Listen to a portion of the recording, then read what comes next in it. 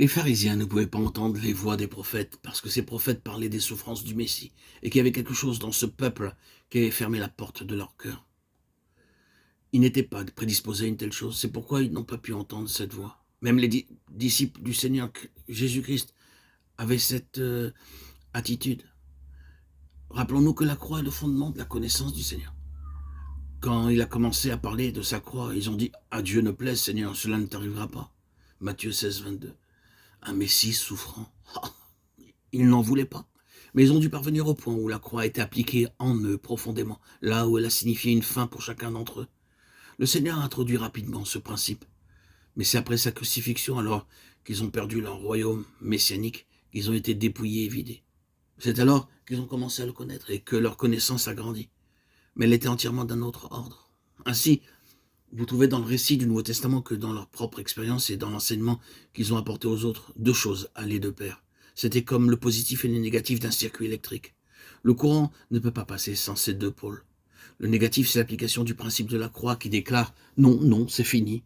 Mort à vous-même, mort pour le monde, mort à l'égard de votre propre vie naturelle. » Mais le positif, c'est le Seigneur, l'Esprit de Dieu, puissamment présent, mais toujours main dans la main avec la croix.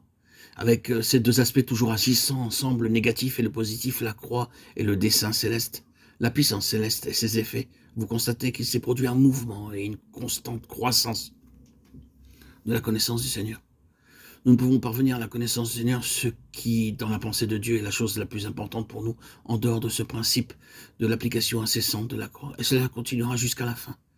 Ne vous imaginez pas qu'un jour, vous en aurez terminé avec la croix, que le principe de la croix ne sera plus nécessaire, et que désormais vous aurez terminé vos études dans l'école où la croix est l'instrument pédagogique du Seigneur. Ce jour n'arrivera jamais. De plus en plus, vous reconnaîtrez la nécessité de cette croix si vous aspirez à cette plus grande plénitude de la connaissance spirituelle du Seigneur. Cela signifiera une mesure plus grande de votre utilité pour lui. Vous devez donc comprendre que le principe de la croix doit agir en vous de plus en plus profondément à mesure que vous progressez. Oh Seigneur, écris dans nos cœurs afin que nous reconnaissions le besoin de cette croix et que ceux qui en ont une certaine expérience soient plus conscients encore de cette nécessité. Nous avons vu la terrible tragédie des gens qui ont entendu pleinement le message de la croix et qui, après plusieurs années, ont été une contradiction à l'égard de ce message, marqué par une nature autoritaire, impatiente, irritable, de telle sorte que les autres personnes n'ont pas pu vivre avec elle. Êtes-vous habituellement une personne irritable? Je ne parle pas ici des personnes qui parfois commettent des fautes. Le Seigneur est patient à l'égard de nos difficultés survenant ici et là, sur notre route. Mais sommes-nous d'habitude irritables, d'un caractère emporté, et avec qui il est difficile de vivre? C'est la négation de la croix, et cela a ruiné la vie et l'œuvre de nombreux missionnaires et serviteurs de Dieu.